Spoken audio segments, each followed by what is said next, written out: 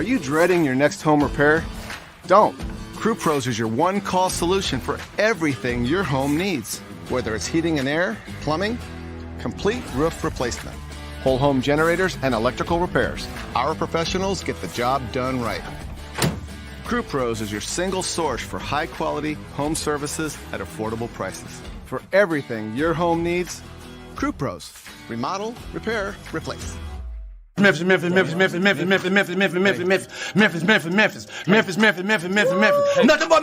Everywhere we go, it's Memphis. Memphis, Tennessee, the beautiful land in the world.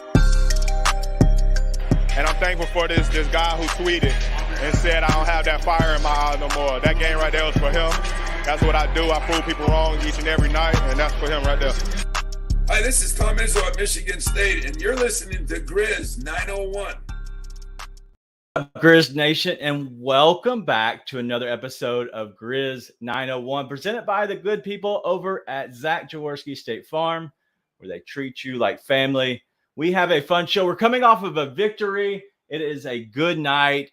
This is a celebration. We have, spoiler alert, Tom Izzo. If you missed it, Tom Izzo will be on the show. We're going to call into him very shortly, so make sure you stay tuned for that. But before we get there, we got to bring in our guy. And guess what? Surprise!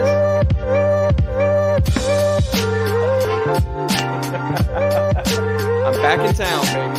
I don't know if there's any music going on. I have no headphones this entire episode, so that's all right. Yeah, he's completely out of the loop. Game. He's out of the loop, but we're both here. We hope you can hear us. If you have any issues with the audio, blame it on Nate, because we last minute trying to watch the game, trying to make sure we get the audio, and we both realized, like, StreamYard, whatever this is, we have issues with the audio. It's really not StreamYard. It's us. It's us. It's us. And I did crawl in and dive in because I was checking the audio in the other room. So I think we're okay, but we're going to see what happens. Absolutely. Hey, well, real quick, cheers. Cheers to the Grizzlies. Cheers. It's not Blanton's, but one day it will be. Yeah, absolutely.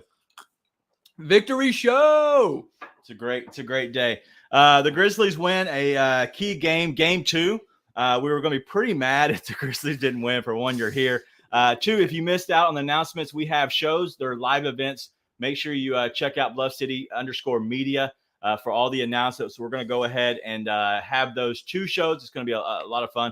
But the Grizzlies win 103-93 on the back of the X-Man, Xavier Tillman. It was a great game. I can't believe he did what I thought he was going to do, but he didn't in game 2. I just checked the box score, and I was about to throw out, led by leading scorer Xavier Tillman. That blows my mind. No, I did not see that coming at all. When he made that 3, though, that's his Rui Hachimura night. Absolutely. For lack of a better way to put it. Yeah. But you know what? We'll get into more of the game later. I don't want to leave our guy waiting any longer. Let's go ahead and give a live call in to our buddy. My buddy. That's I don't feel cool enough to call Tom Izzo. All right, let's see if we can get him on speak. Let's see if we can get him. Yeah, hopefully. He's kind enough to. Hello. Hey, Coach, it's Daniel from Grizz 901. How are you? I'm great. How are you? I'm doing good. Did you watch the game? Dude, I don't miss any of these games. I watch them all. All right. So real quick, thank you for coming on the show. We absolutely, we love you, especially here in Memphis. But thank you for staying up with us. Even it's an hour later there. So I know it's a little bit later, but no, it's no problem. Well, I just want to say, obviously, thank you from all of us. But on the second thing, let's go in. Let's talk about Xavier Tillman. Xavier Tillman, what a night! Anything surprised you out of him tonight? Well, I was really excited for Xavier. You know, I mean, of course he's starting now because of an injury, but that's kind of the name of the game. You know, you get an opportunity, and boy, the way he started out, he was making shots all over. I watched some of the highlights as I'm talking. Then he started even hitting some jump shots. I don't know how many rebounds he ended up with, but it's kind of fun seeing those, him and Jaron. I realized I need those guys back. So they both have eligibility. So the new rules that's going on, maybe I can get them some NLI money and bring them back. Yeah, maybe we can just sign them. Is it the Grizzlies NIL money? That's what we'll call it. There you go. There you go. You know, I'm really proud of Jaron too, getting that defensive award. It's it's just fun to watch. But he's been interesting too, because I think offensively, I watched some games into the regular season. He's getting 37, 40. I mean, those two guys have really come along, and yet their whole team, boy, to do that without Ja was incredible. Yeah, absolutely. And it was a game that it really was the Xavier Tillman game. Me and my co-host who's here with me, Nathan, we were laughing about it. It just became the X game. And you all think that Jaren's going to take over because he's kind of become that guy on the Grizzlies now. But really Xavier Tillman doing that. 22 points and 13 rebounds, Coach. That's huge. Yeah, and I said between the two of them, it was 40 points and 21 rebounds. And so I'm going to have to send a little text to Jaren and tell him he better up his game a little bit, or X is going to take over. But, they're really good friends too, and been that way. I mean, I remember going to X's wedding, and Xavier's the best. I mean, the X's wedding, to Xavier's wedding, and Jaren was the best man. It was just fun to see their relationship. Whoever thought they'd both end up there, but really happy for them and happy for Memphis. I mean, it's a little shocked they lost that first one, but Los Angeles got a lot back too, and they still got LeBron. So every game's a big game.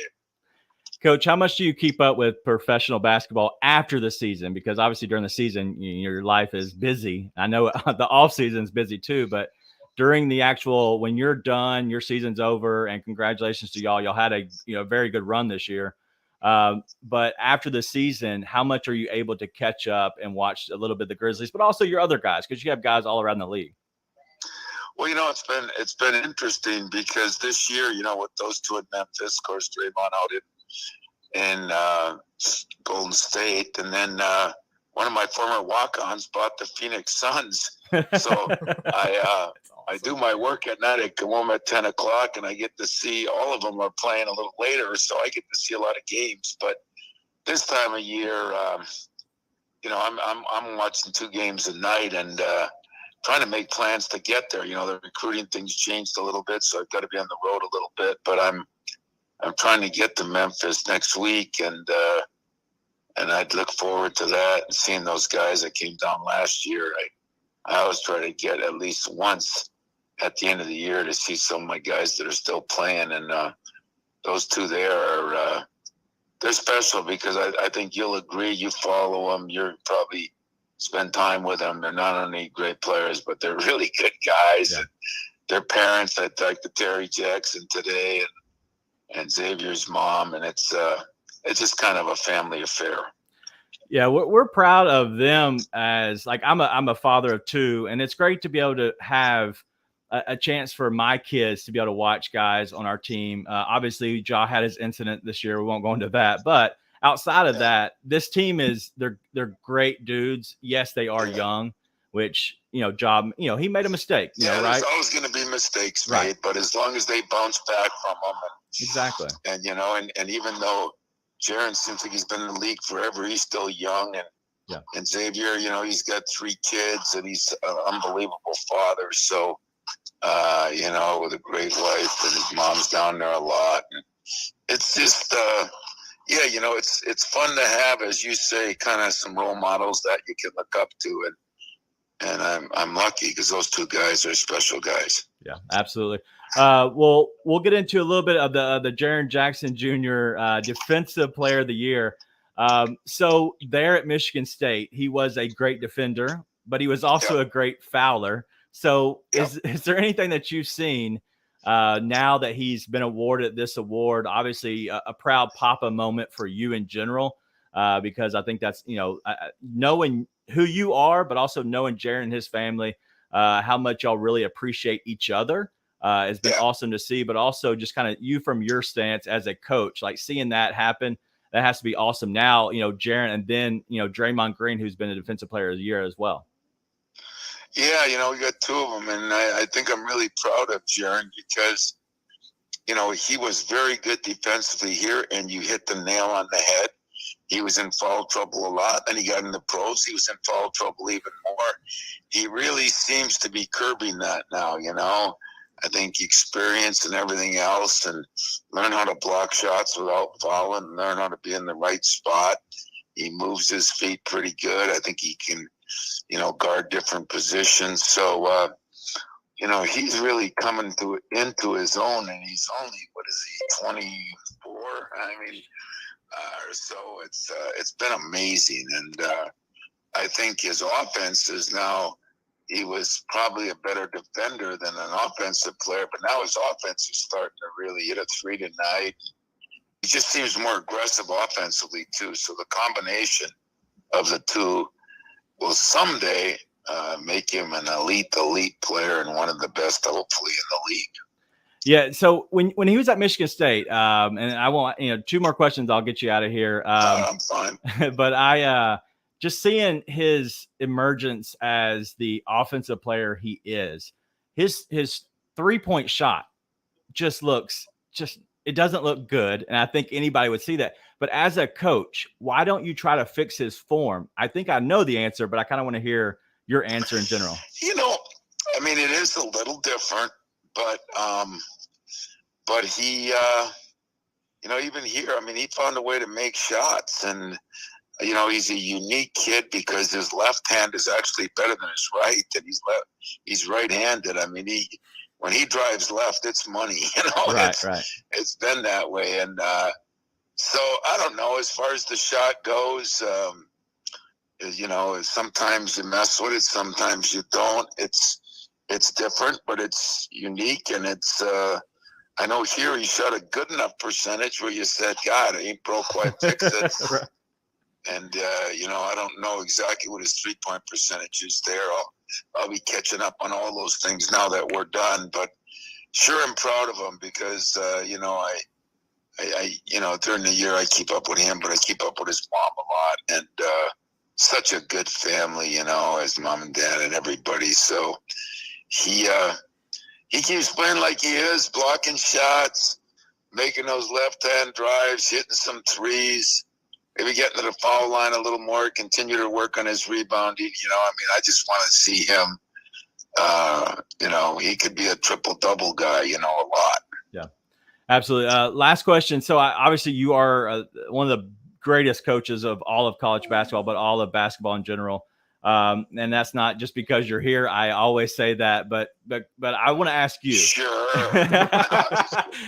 Sorry, not want to tell my friends. No, I want to know your opinion. So we're a bunch of dingoes right here, just trying to, you know, examine basketball and trying to watch it. And we don't understand it on your level. Watching the game, is there anything that you point out? You're like, man, if they could just fix that little thing, you're like, hey, I want to see, you know, whether it's Xavier or Jaron or anybody else on the team. Is there something that always sticks out to you, maybe that you watch just tonight in general?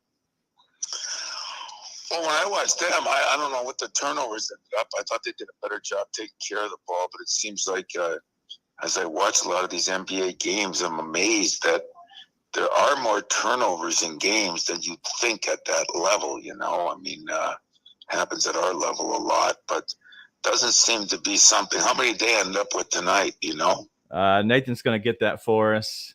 We'll stay tuned for that. Yeah, but as you know, but I mean, I think, you know, I always look at things that turnovers are key. How many times you get to the free throw line?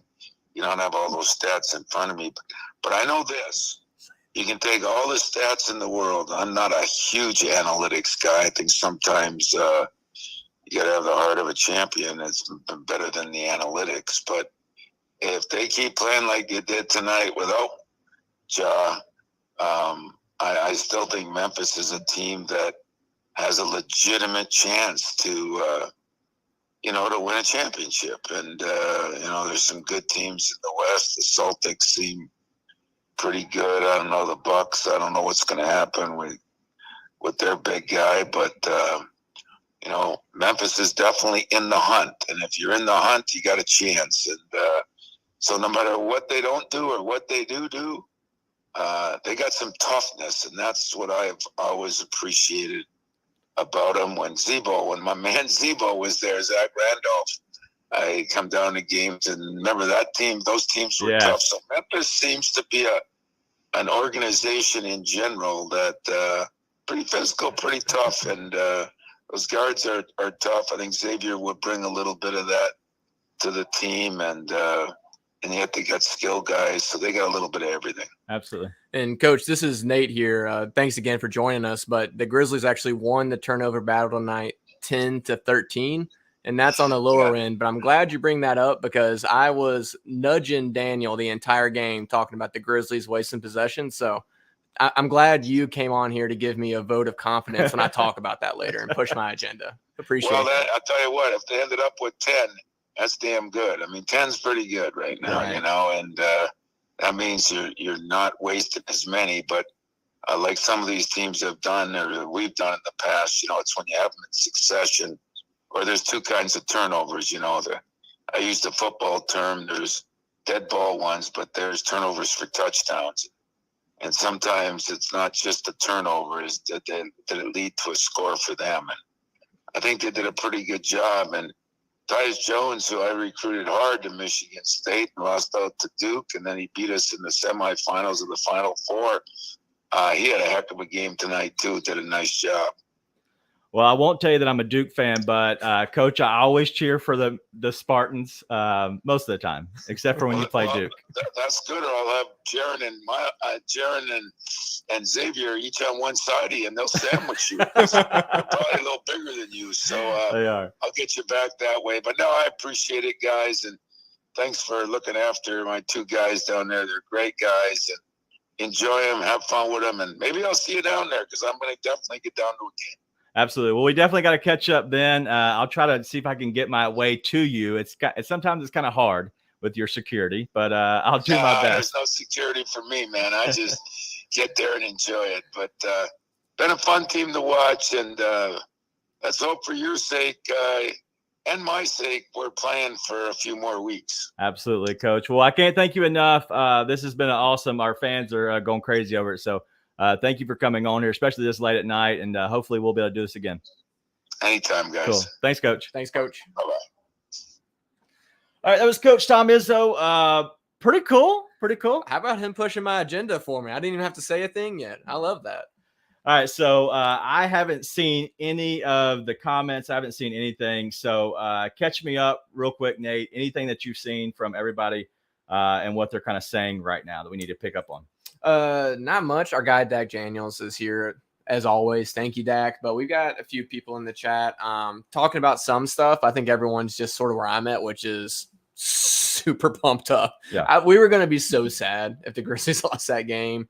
I flew in here. I'm not going to name my ticket price, but it was too much for the Grizzlies to not be winning games. We'll just say that. So, no, but yeah, anything in the chat about Coach Izzo, throw it in there. It's awesome that he hops in with us. He does. I mean, we're just a couple, like, I know Dak liked this in the chat. We're just a couple of dingoes. Couldn't believe you brought that out here. Listen, but I was struggling for a word. I was like, all right, PG, dingoes. Yeah, and for anyone here, I normally watch this at my house in Salt Lake. Just me and my beautiful, wonderful wife, who I'm sure is not tuned in tonight. But I can say what I want during those games, whereas Daniel has two small children, and let's just say I appreciate your restraint. I do my best. That you have to show with those two children here. Adorable girls. If you haven't seen them in the past couple shows, check them out. They came on and were our guest appearances when we couldn't get Coach Izzo. Yeah. All right, let's get into the game. Listen, I'm excited. I was running around, probably a little behind the scenes, running around, trying to figure out all of this. I wasn't sure what to do. I was also running around, but it was because I was watching the game. Yes, it was very much different. But obviously, it was the Xavier Tillman show, and it was a game that that I thought Xavier Tillman would play. I had him game one, double-double. I had him just, I thought that would be his type of game. In game one, that didn't happen, but game two, it did. So is there anything that you saw, like a change out of Tillman that just in general from game one to game two? It almost looked like he settled in. And I'm looking at his stats now, obviously 22, 13, no blocks and no steals, but he just settled in. And in the last game, I thought he didn't look like the Xavier Tillman we'd seen, one, his rookie year, but two, that we'd seen since he came into Steven Adams, right? When Steven Adams went out and he had to fill in, he was just solid. Yeah. If you look at his game tonight, all he did was play within himself, right? He wasn't trying to do too much. And I think that's a bit of a product of what was going on around him. The team functioned much more like a team throughout tonight, played within themselves, and then X just played within himself. And that's the biggest thing he has to do, because we don't need him. That stat line could be 10 and 6 next game, but then you'll see Jaren goes off for 30 points or Dez goes off for 30 points or something. And all it is a team playing within themselves. And he just took what came to him tonight, minus the 1-3 he threw up that went in, which I lost my mind. I was like, this is his Rui night. I'm all about it. I loved it. But mostly he just played within himself tonight and let the game come to him. And obviously it did. And he showed up and showed out. Lord, did they need it. Yeah. So 10 of 13 from the field, just in general, 1 of 2. So realistically, he only missed 2. 50% in the playoffs. 50% from 3, but only missed 2 2-pointers in general. So honestly, that's 10 of 12. I'm sorry. 10 of 11, right? Mm-hmm. What was it? 10? 10 okay, of 10 of 11. So only missed 1 2-point shot. You know, that's really what I look at as being an efficient guy who doesn't need the basketball, is looking for the hustle plays, and is giving you 13 rebounds. 3 assists is obviously big because he's moving the ball, which is a very component I like to look at, is who's moving the ball. And a lot of times Dylan Brooks, the ball sticks. But Xavier Tillman played with energy. And that's really what I saw tonight. It was the energy, because wherever the ball was, he seemed to be close to it. And whenever there was a shot that went up, he seemed to always be near the ball, whether he got the rebound or not. And that's kind of what I look for when I look for a guy that's a key role player, is the energy. And he came with a force tonight. Right. Yeah. There was that last rebound he got with under a minute left. I can't remember. Somebody missed a 3. I think it was probably Dylan. Dez. How about Dylan's little 3 in LeBron's face? I had a buddy call me to tell me how much he loved the 3 in LeBron's face from Dylan. But no, it was Dez missed a 3, and X went up. I don't know if I've seen X jump that high in his entire career as a Grizzly so far. To get that rebound, he just asserted himself. Yeah. And that was, I tweeted out last night, I needed to see Memphis have the desperation energy from Phoenix that I saw in Phoenix last night. Yeah. And that's what I saw from X all night, and most of the team all night, to be honest, that I thought really showed out and was what got them this game. I mean, holding the Lakers to 93 points, scoring 103 and winning for the Grizzlies in their current state. Huge. That's an effort thing. Yeah. And that's what we needed to see from the Grizzlies, not just this game, but in this series. If they out effort the Lakers, they're better than the Lakers. Yeah. Even without John Morant, Brandon Clark, and Steven Adams. Yeah. And you want to see that carry over to LA. I agree. I'm going to show this up here. Our guy, Dak Daniels. Dylan's first half, as bad as he's ever seen. I'm just asking the question. I am not asking the question. Dak Daniels is answering the question, asking the question. I want to know what your answer is. Let's talk about some Dylan Brooks slander on this show. Okay. Fair is fair. This dude was terrible. It was brutal. I mean, the dude was absolutely terrible. But the guy who called me, I did have a friend. I'm not making this story. Call me just to talk about the Dylan Brooks shot over LeBron. I have one friend. Daniel's let me here out of pure charity, and because I'm golden on camera, of course. But he called me just to talk about the Dylan Brooks shot, and I was telling Daniel and him there is at least one shot a game that I yell, Dylan, no, that is nothing but net. And that was the Dylan no shot tonight. Was a 3 in LeBron's face. But, I mean, I need to look at his actual stat line. I just had so he was 2 of 6 from 3, 5 of 14 overall, 1 rebound, which is that's come on. And what are you doing out there? Like, are you running around? Here's what's weird. From the ball, like running away, like here's the others. What's weird. Okay.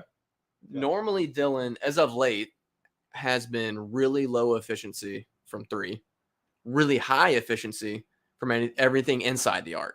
Right. And tonight it was the opposite. 2 for 6 from 3, you'll take from Dylan. That's fine. Yeah. The 5 for 14, it's the, what is that then? 3 for 8 from 2. But it's mainly just, you can't, And this is what I got to, and we'll get to this probably a little bit. Maybe we should sit on it now. I actually was arguing with our own Ryan Meadows on Twitter tonight about this. Shout out to Ryan. I'm sure he's tuned in as well. Talking about Desmond Bane's shot selection. I tweeted out we're going to have a conversation about Desmond Bane's shot selection. And my problem with Desmond Bane's shot selection is the same problem I have with Dylan Brooks' shot selection, which is not, hey, all those shots are bad. It is, you're up 12. You got a chance to go up 14, 15, whatever. Really get momentum on your side. And you just chuck up a 35-footer. Right? Like you're trying to chuck up a logo 3. That's my problem with Desmond Bane is he's trying to put in a kill shot at a time that a layup is a kill shot. Right? And instead you're shooting the Steph Curry range 3. Right? And Dylan, it's the same thing. It's okay. You have a chance to go up double digits. You have a chance to extend from 12 to 14. You have these chances to get over these little humps. Right. And you throw up some BS fadeaway or you're taking a 3 in transition because you're feeling it. And really, you're not feeling it. The team's feeling it. And that's the stuff that can't happen. And those are the things I didn't think would happen after last year in the Warriors series when they got punished for it. But they're getting punished again this series. And the Lakers, they're good enough to beat the Lakers doing that sometimes. You can't win a championship doing that.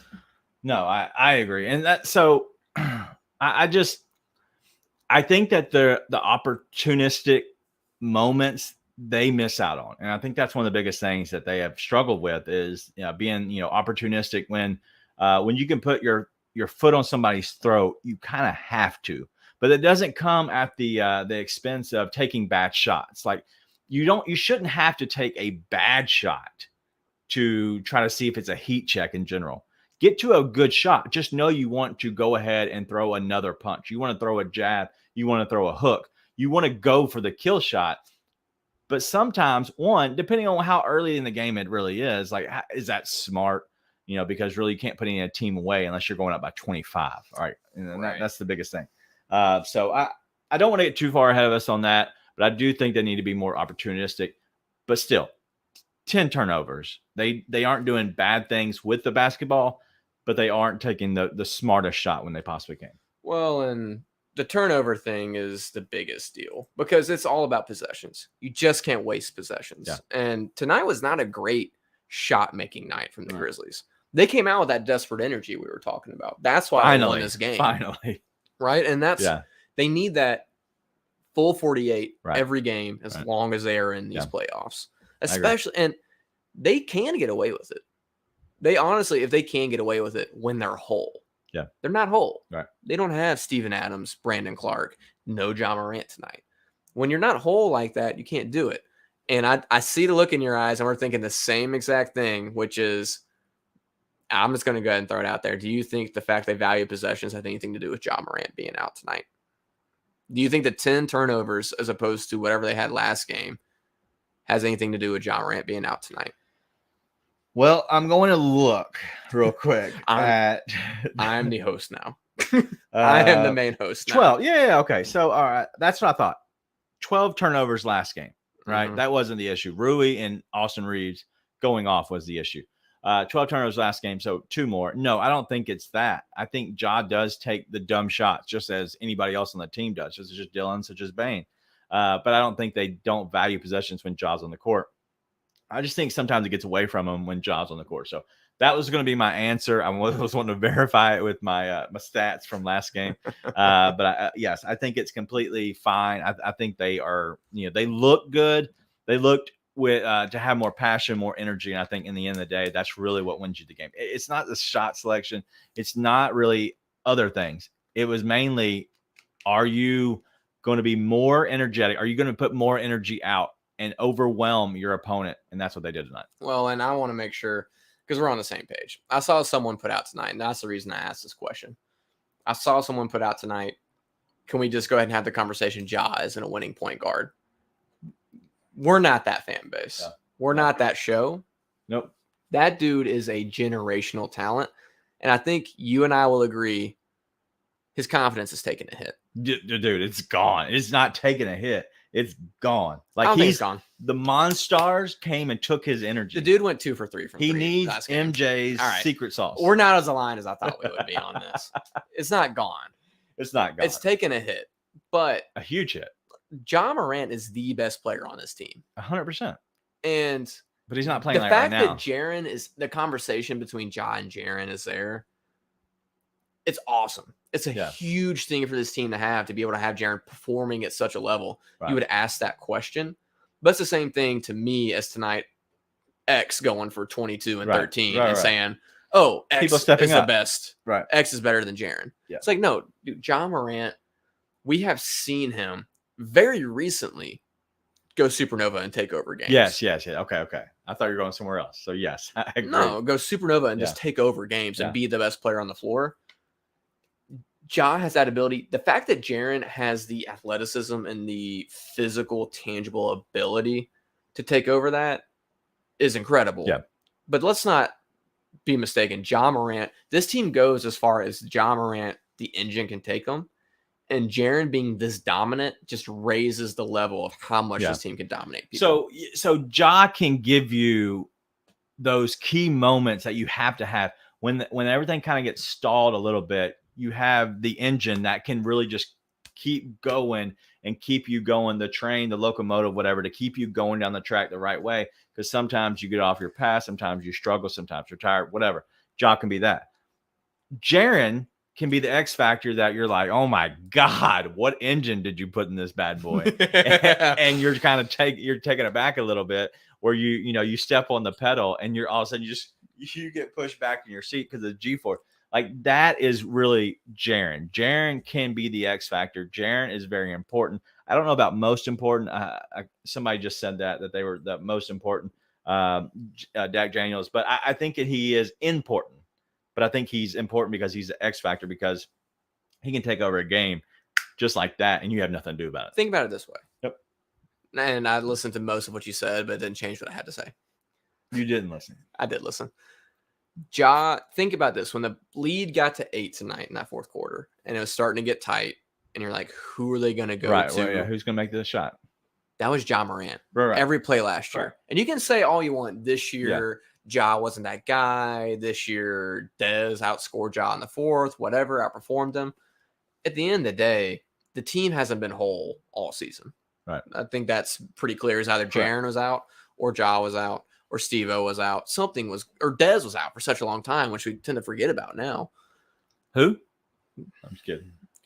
When Ja Morant is in the game, all last year, if it was a close game in the fourth quarter, you're like, he's going to, Ja's going to show up. You're going to call 12. Ja's going to get, exactly. That became a thing for a reason. And so taking this season that has been so crazy and tumultuous and so much has gone on, either basketball or non-basketball wise, and using that to say, oh, Ja isn't what we thought he was last year is a ridiculous statement. Ridiculous. Like, let's take a step back and look at what he's done so far and know that that's who this guy is. And quite frankly, as a fan base, one, you want to support your guys, or else you get Donovan Mitchell, where he ends up asking his way out. Yeah. I don't think we have that much of an effect. Let's be honest. We're still Grizz 901 recording from your couch. Two, we just had Tom Izzo. Okay, listen, you're a big deal. Fine. I'm just hanging out with your dog, Ripken. Two, at the end of the day, you're going to feel ridiculous if you sit there and look next year when Ja Morant's back, taking over the league, absolute supernova, which you could do this playoffs, by the way, if he gets healthy, and say, oh, I doubted that guy. Yeah. Come on now. There's a reason the guy just had shoes that sold out. No big deal. All right, so those are the scratches. We're going to go ahead and move on from that. I think it's important to I don't want to belabor the point and kind of move on, but I do think it's important to kind of, hit a little bit on Ja, because we support Ja and what he is. He's struggling right now. His confidence is shot. His hand is shot, obviously, or he'd be playing. But I think he'll be back in this series. I don't doubt that at all. This is a huge win, especially for us to be out live in person, seeing people that listen to the show, seeing people that are fans of the Bluff City media, but also fans of the Grizzlies. It's going to be a big, fun event. So make sure you go check it out. We're going to be at High Cotton. It'll be game 3. It is a late start. It's going to be a 9:00 start. We're going to have a pregame show as well as a postgame show. So make sure you tune into that because we'll be there. It might be 1 a.m. when we're finished up, but we'll be drinking. We'll be having a lot of time, a lot of fun there. And so make sure you kind of pull up a little bit. It'll be fun. 9 p.m. to be specific. 9 p.m. Yep. Insiders get a free first beer. I just want to make sure I had that right. Anyone's a Bluff City Media Insider, free first beer. How much does it cost to join? $5. How much does a beer cost? More than $5. Okay, so if you just buy the Insider for 1 month, you get a beer for less. Also, I'm sorry for everybody that we're in an economy that I know a beer automatically costs more than $5. So I'm sorry, but $1 off pints all night. So come join us. It's gonna be fun. We're gonna be idiots up on stage. 100%. This is who we are as human beings. It's gonna be a blast. So we love for everybody to come out and join us. That'll be awesome. Absolutely. If you want to join for a full annual membership, just put in Grizz 901. It'll kick you back 10% off to that. So just put in Grizz 901. Just go to bluffcitymedia.co and it'll give you the insiders. Just say if you have a coupon, yeah, that's where you put in the Grizz 901. All right, let's go ahead and one more thing in the game. And I know you might have other things. The Santi struggles. Okay, Santi Aldama, 7 rebounds tonight. I haven't looked at his plus minus, not that matters, but I'm gonna look at it real quick. He was a +5, but everybody in the chat has been talking about Santi Aldama. What did you see tonight? He looked better on. He looked better on defense. I thought he looked okay, and I didn't know if I missed something because everybody is talking about it besides Jitty with the block, David Vickers. Jitty. All right, we're not going to talk about Jitty. I almost went and got focused on the subject. I almost went and got my Jitty jersey on. But yeah, Santi. So listen, 0 for 3, 0 for 2 from tonight. But he looked better. And the thing that's going to define Santi this playoff run, I think it will be important for his career as a whole going forward. But right now what matters is can he get by on defense? Okay. And I think shout out to Taylor Jenkins. They figured out a scheme, which you and me did not love when he kept going over the top on Rui Hachimura, and they'd get a ball over the top and then be either an easy bucket or a foul. Yeah. But that scheme was able to hide guys on defense better. Correct. So, and listen, you hold a team to 93 points that just scored 128 on you last game. You did something right. It was Tyus. But yeah, Tyus is a defensive stalwart. He looked better on defense tonight. He looked more playable. You have to be able to pass Santi on defense. He's got to be able to get by because offensively, he's a boon. Offensively, he is a contributor for this team most of the time. Most of the time. There's one shot he took tonight that I was like, you can't take that. But he only took 3. That's what I'm saying. You only took 1, right? Dylan takes 4 of those a game. I don't want to talk about Dylan right now. He nailed one on LeBron's face. It's going to go on some NBA on TNT or House of Highlights clip. So I never know that he played. Santi, if he only takes 1 shot a game, but you're like, don't take that. Right. And he gets by on defense, then that's fine. He's enough of a threat to space the floor for the rest of your guys, right? Right. He's got to get by on defense. And tonight he did. And if you can do that, listen, the 2 guys I was most worried about this game showed up, which were X and Santi. Okay. If X played like he played last game, the Grizzlies are down 0-2 heading into LA, easy. and the series is most likely over. Instead, he showed up and showed out. And Santi, 0 points tonight and still was a positive contributor. Got to get by on defense. If he can get by on defense, if he can be passable on defense, you're okay. All right, so let's go ahead and get into what I want to deem the moment of the game. We're going to go ahead and get moment of the game as well as our player of the game, and then we're going to get our expectations and predictions for the next game. Moment of the game, you want to go or do you want me to go? You can go. Jitty with the block. Jitty with the block. Dude, at the rim. You're meeting AD at McDonald's at the rim. Give him the hamburglar treatment. You give him the block. It was beautiful. The Jitty burglar. I love it. I don't like that phrase, but yeah, I'm with you. The reason I gave that to you is because I'm going to have a sort of combination of moments, which is the Xavier Tillman moment.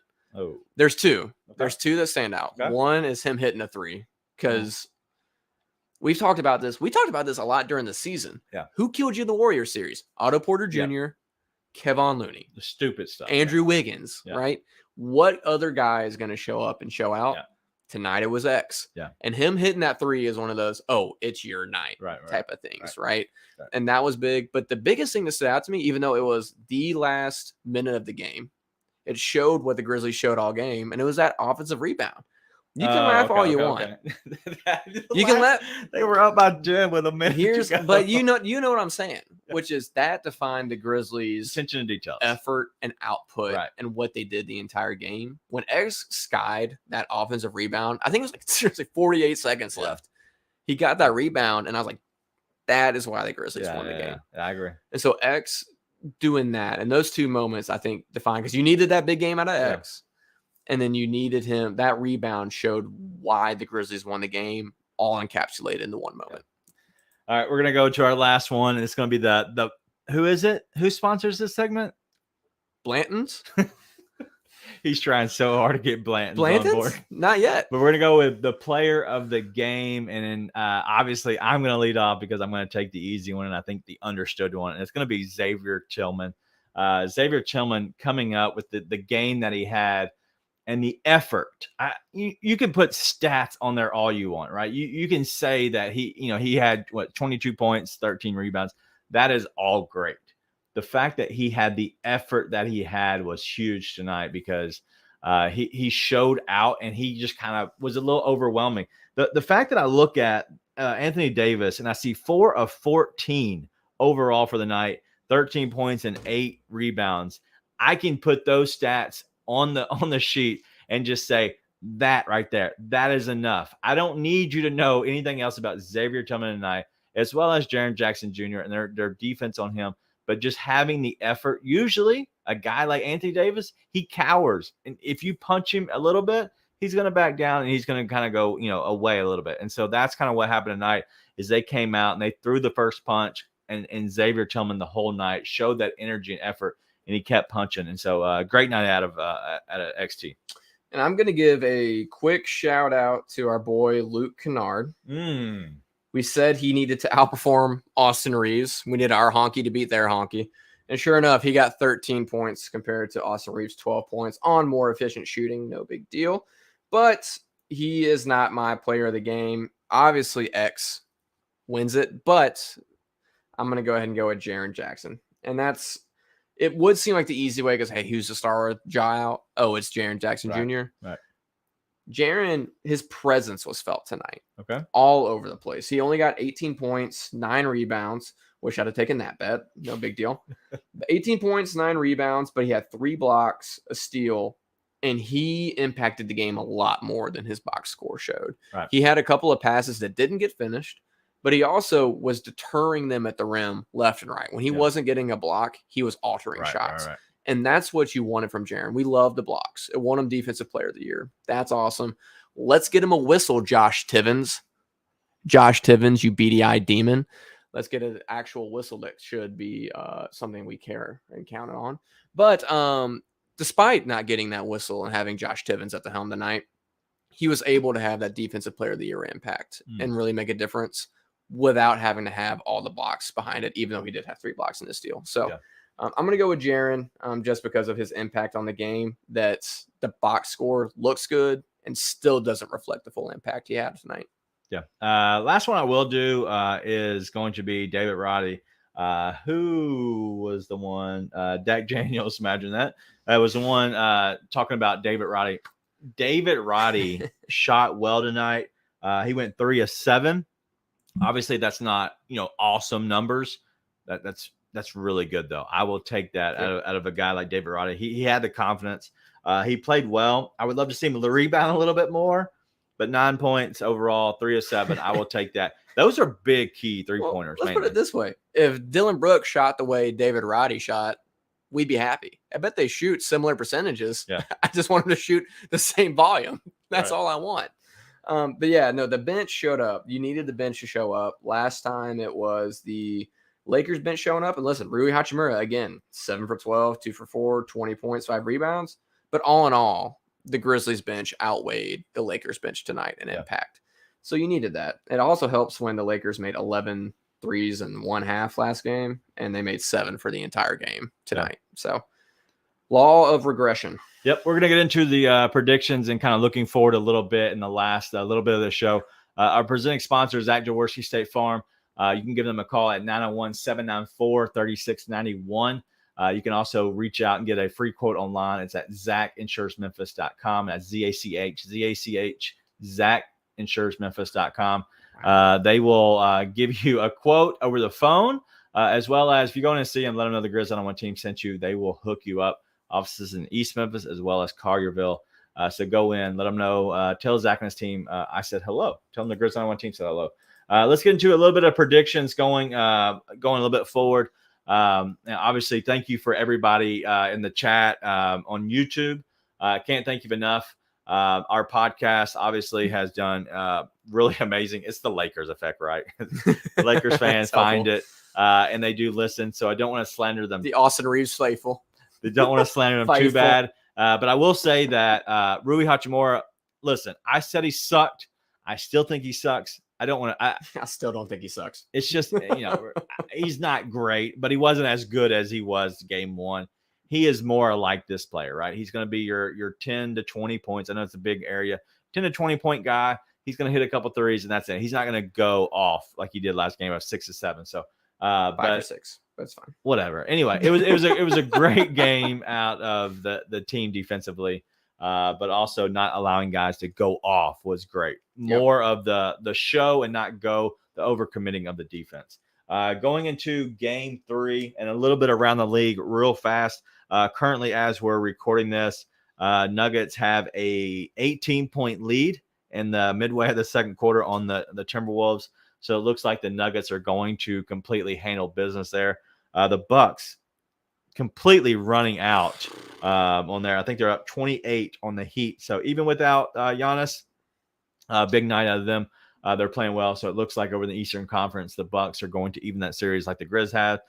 So now they're going to go back to Miami. So it's going to be a good series to watch. But with the Grizzlies coming up, the next game is going to be Saturday night. We're going to be there live watching with everybody that is able to come out and attend. And thank you to everybody overseas, our Kiwis. Obviously, we love you guys.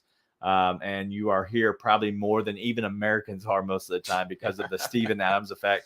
And shout out to Funaki. But we are going to be there. We're going to be in person. But Saturday, game 3 in LA, Shannon Sharp's got to be there, right? Yeah, wearing some kind of rug.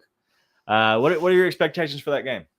It's a game of adjustments. I think you've seen this time and time again where all these teams that lost game 1 came back and were competitive in game 2. And let's say we're totally outmatched. Like the Timberwolves look like they're outmatched by the Nuggets, right? Well, they have the Gobert effect. And then the Hawks, I'm trying to be nice. The Hawks got beat by the Celtics. But other than that, the Suns bounced back. Right. I guess the Warriors are outmatched by the Kings. It doesn't help when you're breaking guys' ribs and still lose. You see these teams bounce back. The Grizzlies bounce back. We'll see the Lakers bounce back somehow in game 3. And I'll be interested to see what they do about Anthony Davis. Because I said coming into this series, my belief was the Lakers had one way to beat the Grizzlies, and that was Anthony Davis dominating. And even though his stat line wasn't massive in game 1, he dominated that game. Anthony Davis, yes.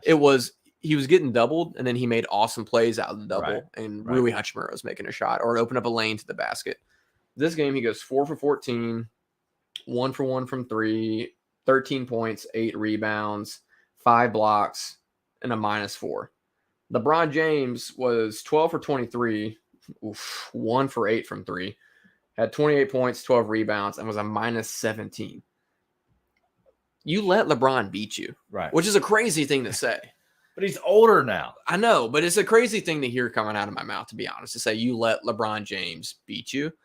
But at the end of the day, if LeBron James is the one that has to beat you, as the Grizzlies, you feel good. Yeah. Because the mismatch is Anthony Davis. That is the mismatch with Steven Adams out. And so I'm so do you overhelp on Anthony Davis and say, hey, let's go one-on-one on LeBron, just straight up. And if you go off and you beat us, you get the best of Dylan Brooks. It's a little different. I'm okay. It's a little different because you go with Anthony Davis. I think you go with a hard double and you say the ball's not in your hands. Okay. With LeBron, you go with the soft double and you say, okay, make a decision, make a play. because he'll shoot. Okay. And what you saw tonight was he would take shots, and he made a lot of those shots, but it took a lot of time off the clock. They got late in the shot clock. They were getting rust possessions.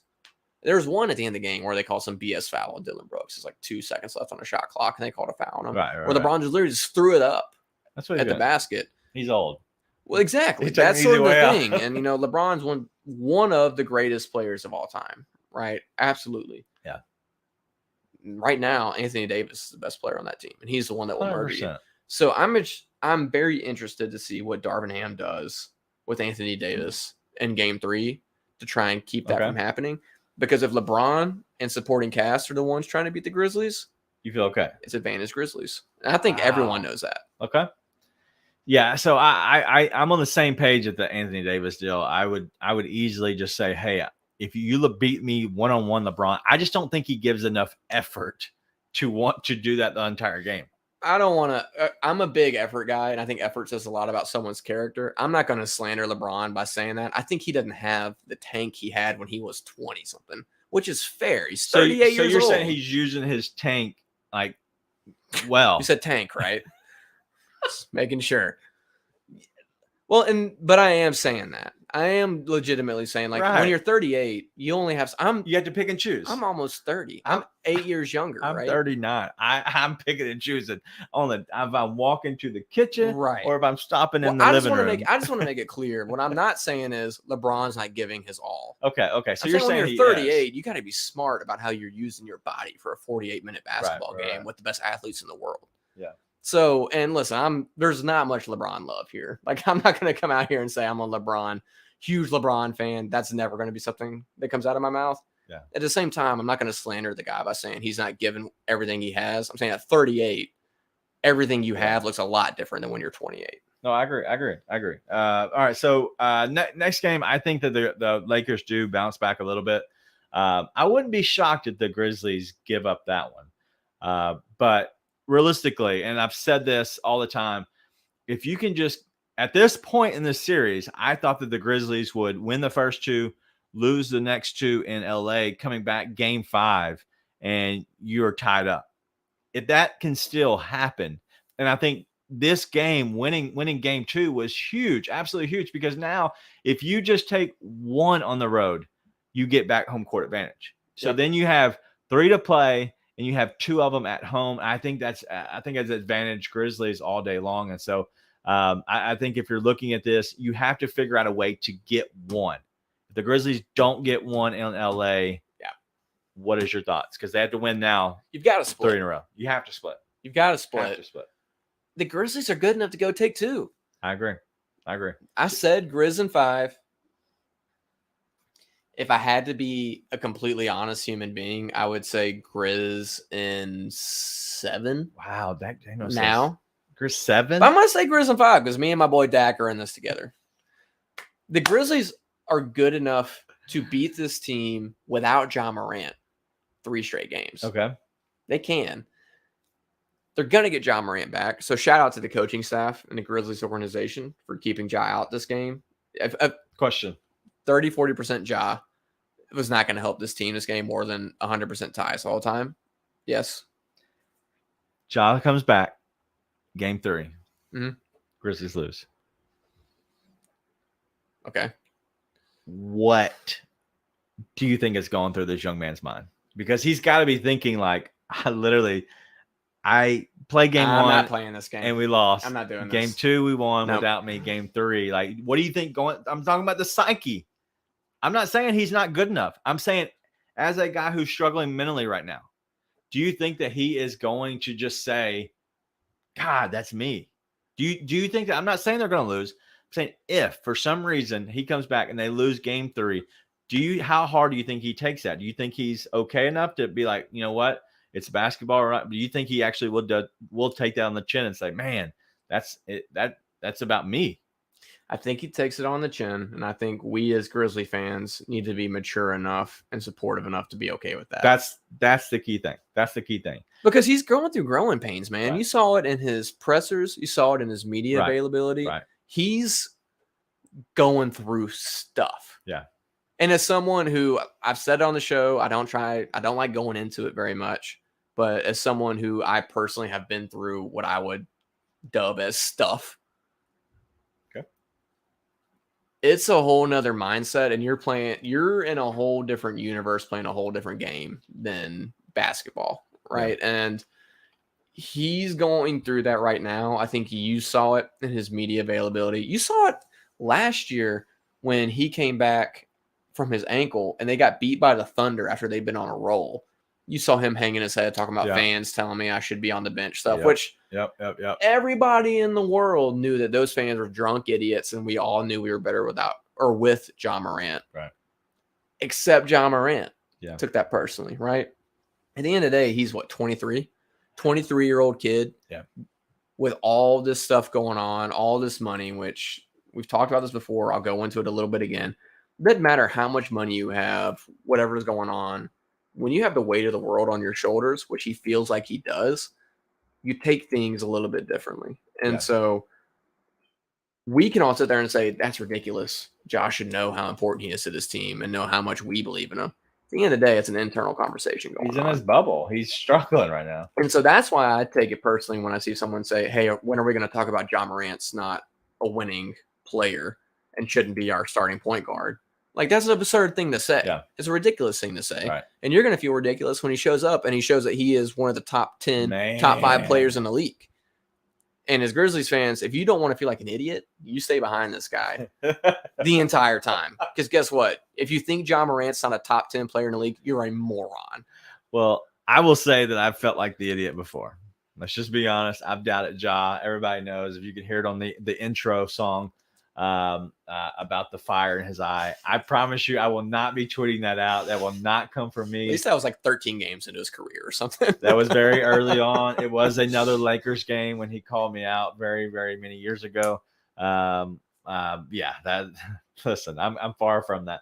But it was a moment that I saw who Ja was and the mentality he has. He'll get that back. I'm not too worried about that. Game 3, I think that the Grizzlies can come out, and I think they can kind of punch the Lakers in the mouth again, playing with that energetic ability that they have, especially with a bunch of guys that honestly people don't think should be on the court, should be that good.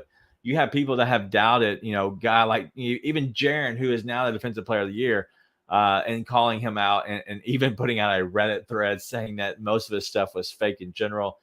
Desmond Bain, who he was called Honey Bun at his college, Honey Bun.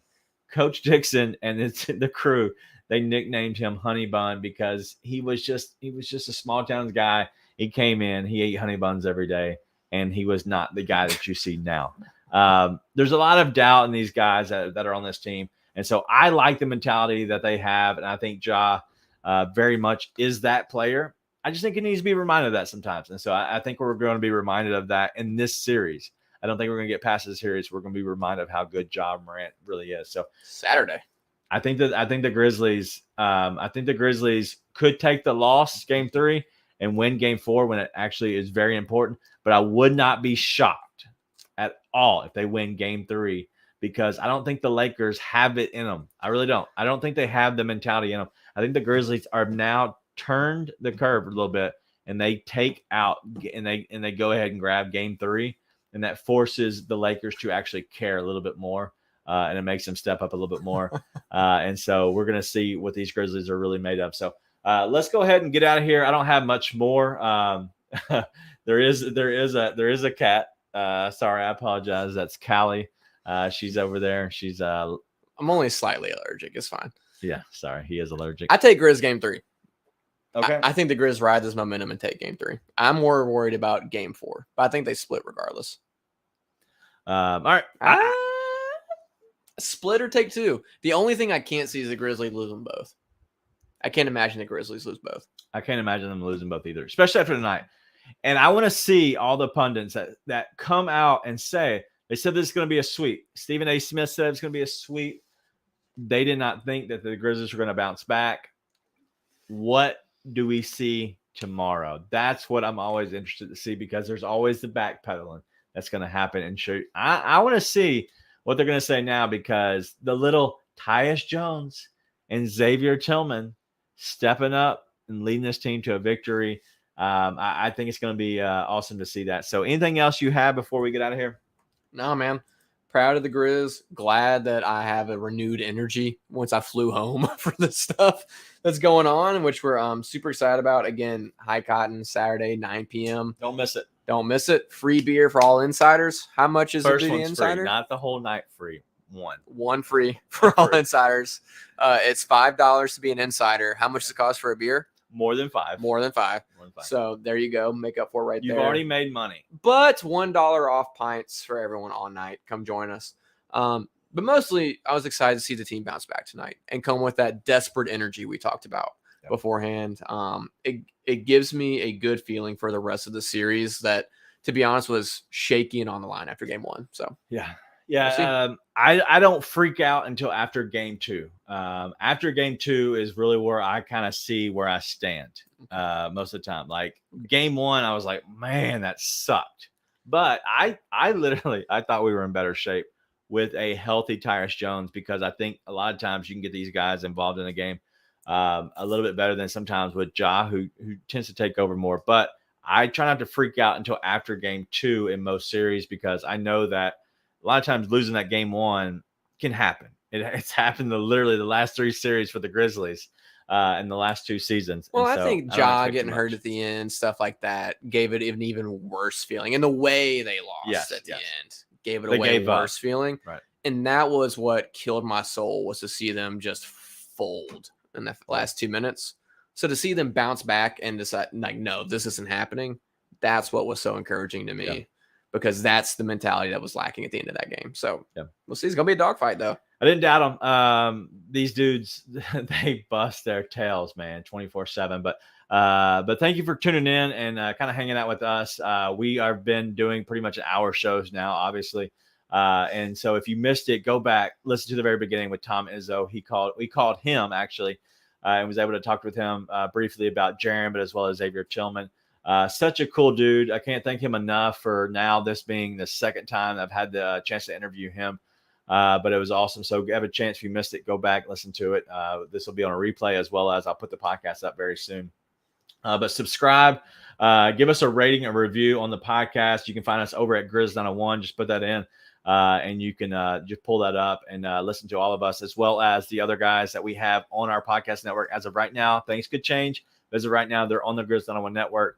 You're going to see the No Bluffing podcast, as well as Free Basketball. And then over at Grizzly Bear Blues and the rest of Bluff City Media and the Grizzlies, all of us, we're a big family, and we're honestly, we're trying to come together, and we are, and we're doing a great job. It's just we have so much content right now. It's hard for us to put it in one place. So kind of look over there look all around for us. We'll try to retweet anything we can that we have from our group, and make sure you have that. But that's all we have. It's been a fun time. Me and Nate had some Central Barbecue today. Wings and ribs. We practically died during the first half because we were eating so much. But it was a good time. But that's all I have. You have anything else before we get out here? Nope. Come join us. It's going to be so much fun on Saturday, especially. Come join us. It's going to be a blast. We're going to have a good time. Let's get rowdy. I can't wait to meet a lot of people that we see in your usernames, but also kind of see over Twitter. So that's it. Let's have a great game 3. Let's have a great night at High Cotton. Be nice and tell your friends.